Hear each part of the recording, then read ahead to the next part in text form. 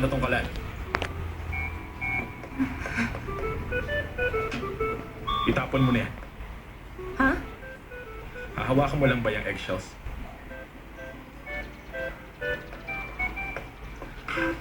Paano to? Ay, talaga naman. Kainin mo na lang yan, Ethan Park. Hindi ako kumakain ng maitlog. E di tapon mo na lang kung ayaw mo. Ayaw mo nang nag-aaksaya ng pagkain, di ba? May nakita akong taong ayaw akong makita. Umayos ka na pagsasalita. Baka nakakalimutan mo kung sino ako. Ano bang gusto mong gawin ko? Pati ba ang paghinga ko kailangan ko ipagpaalam sa'yo? Di ba ipinagsigawan mo ng prinsesa ka at pag-aaralan ng kilos ng isang prinsesa? Pwes kailangan mong mag-ingat sa lahat ng gagawin mong pagkilos. Ayos ah. Bakit biglang nagkaganyan ka? Pagkatapos mong i-announce yung mga bagay na yun, makikita ka sa bar. Pero kasama mo naman si Marga. Kaya hindi ka rin sumasagot sa tawag. Bakit ka nag-off ng phone? Dahil gusto kong mag-alala ka. Basta mo iniwan ang prinsesa. Dapat lang yun sa'yo.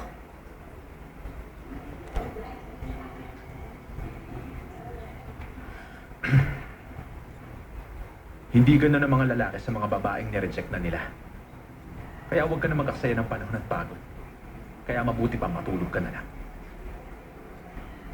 At tandaan mo pala to, ayoko ng gatas.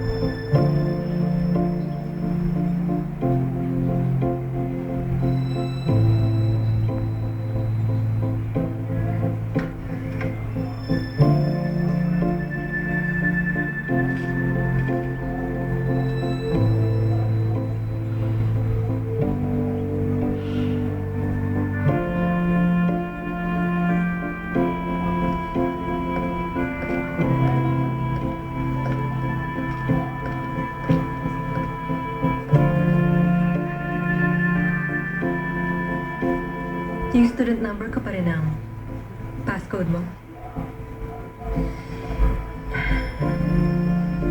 Bakit hindi mo pinalitan? Ayoko ng palitan. Pero wala namang ibig sabihin yun.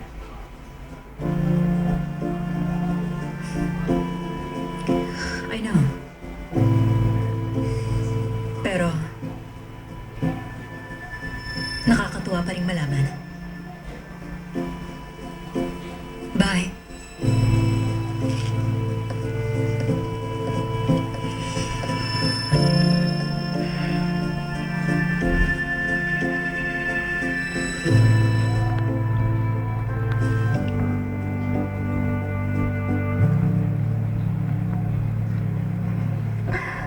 Kamahalan!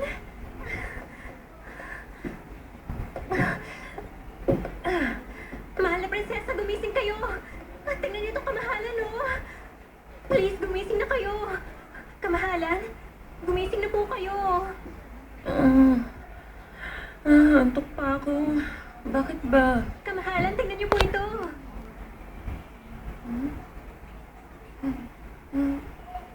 Tadan! Anong mga yan, Missy?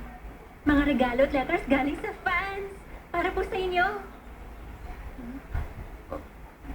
Para sa akin? Opo!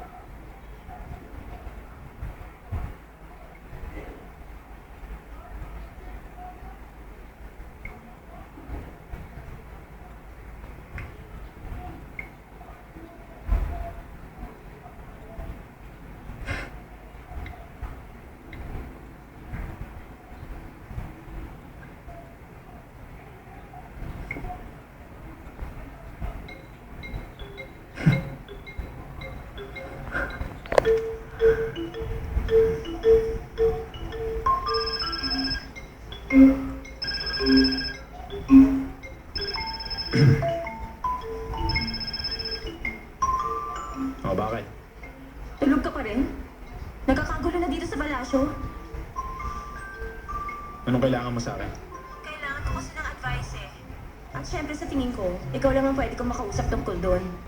Kasi, ang makakasolve lang noon ay yung taong walang pakialam sa akin. Kaya ikaw ang tinawagan ko. Meron ka na agad ng perwisyo? Kakagising mo pa lang. Peperwisyuhin ko pa lang. Ano? Mula nung makita kita, ang pakiramdam ko, may 600 watts ng electricity na dumadali sa buong katawan ko at nakuryente ako. Pakiramdam ko, ipinanganak ako sa daigdig para makilala kita. Ikaw ang destiny ko. Ganyan ang mga nakalagay sa fan messages at na-receive ko to kanina lang. Sino namang baliwang gumawa niyan? Ang nakalagay sa sender, Diplomat Kim Won ng Ministry of Foreign Affairs. Ano? Ay, ang kapal talaga ng mukha nila. Ang mabuti pa, murahin mo yung message niya. Gusto lang nun makipag-date sa isang prinsesa. Huwag mong pansinin yun. Pero hindi ko pwedeng gawin yon. Alam mo, kailangan ko sagutin ang lahat ng sulat na matatanggap ko. Katatapos ko nga lang mag-reply sa 500 messages ngayon eh. Nasisiraan ka na ba ng ulo? Oh, anong ginagawa mo? Bakit ka ba nakikialam ng gamit ng ibang tao? Hindi ka pwedeng mag-internet ngayon. Hindi ka mag-email. Sabi ko sa mga tao, sulatan nila ako.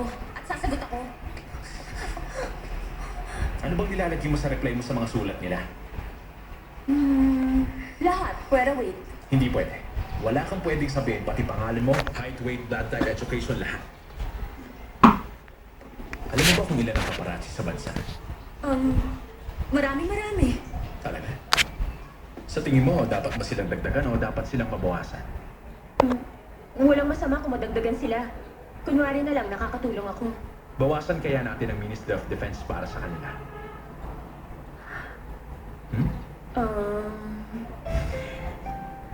Paano kaya yun? Naiintindihan mo na ba? Ha? Kaya hindi mo dapat sinasabi ultimo paborito mong kulay. Kung nagtataksi ka ba o nagmamaneho ka ng kotse, yung mga bagay na yan. Lalo na yung mga political questions, hindi mo pwedeng sagutin. Nakuha mo? Nakuha ko. Paano kung si Mr. P ba ay salbahe o mabait na tao?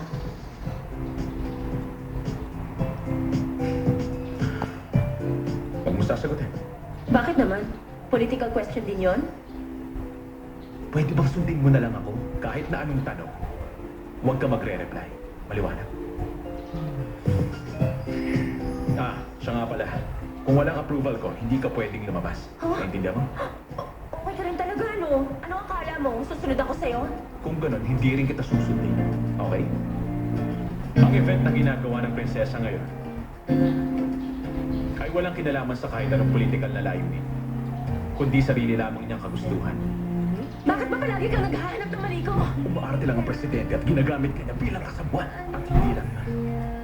Kapag nalaman nila na ang inibita mo orphanage ay yung pinanggalingan mo, iisipin ng mga tao na binigyan mo sila ng special treatment.